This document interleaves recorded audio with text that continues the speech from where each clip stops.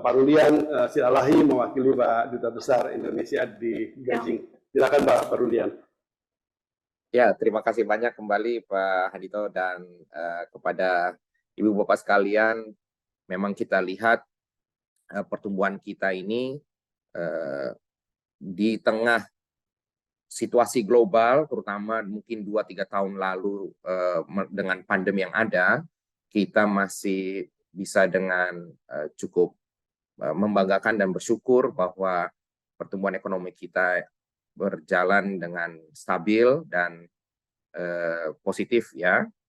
Bagi Ibu Bapak sekalian yang mengetahui rencana jangka panjang Indonesia untuk menjadi negara berpendapatan tinggi ya di 2024 atau sebelumnya, bahkan harapannya sekitar 2036 atau 2038. Nah, kita memang memerlukan pertumbuhan ekonomi yang mungkin sekitar 6 sampai mungkin 7%.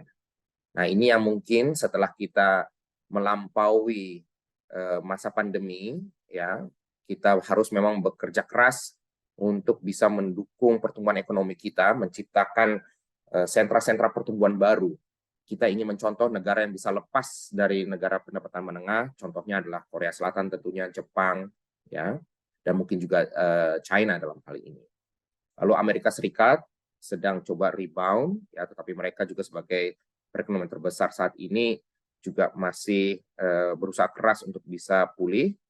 Dan kita bisa lihat di sini ada Jepang, India yang masih relatif tinggi, dan kita juga lihat bersama bagaimana kondisi dengan Korea Selatan. Itu adalah mitra dagang utama Indonesia.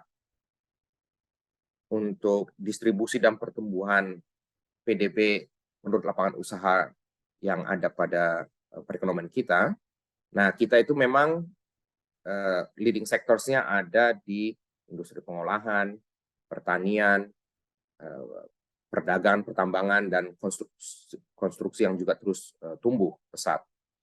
Nah, lalu juga ada 3 lapangan usaha dengan pertumbuhan yang sangat tinggi, yaitu transportasi, pergudangan, jasa lainnya, lalu juga akomodasi dan makanan minuman.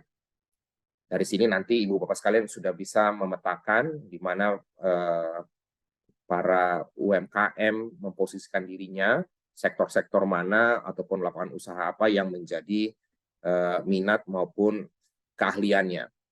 Satu hal yang mungkin perlu saya ungkit di sini adalah masalah e-commerce Indonesia.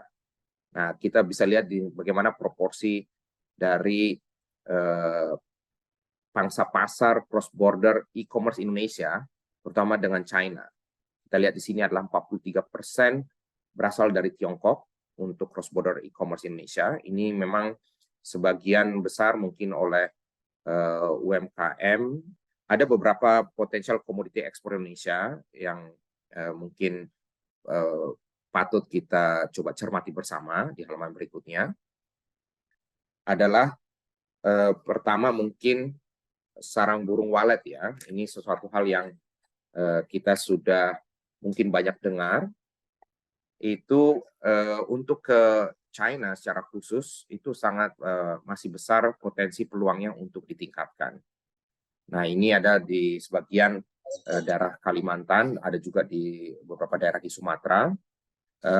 Pertemuan kami dengan para importir sarang burung walet di Tiongkok, para pengusahanya, mereka memang mengakui bahwa kualitas sarang burung walet Indonesia itu memang sangat baik dan berbeda dari mungkin negara lain yang juga mengekspor sarang burung walet seperti Malaysia misalkan dalam hal ini.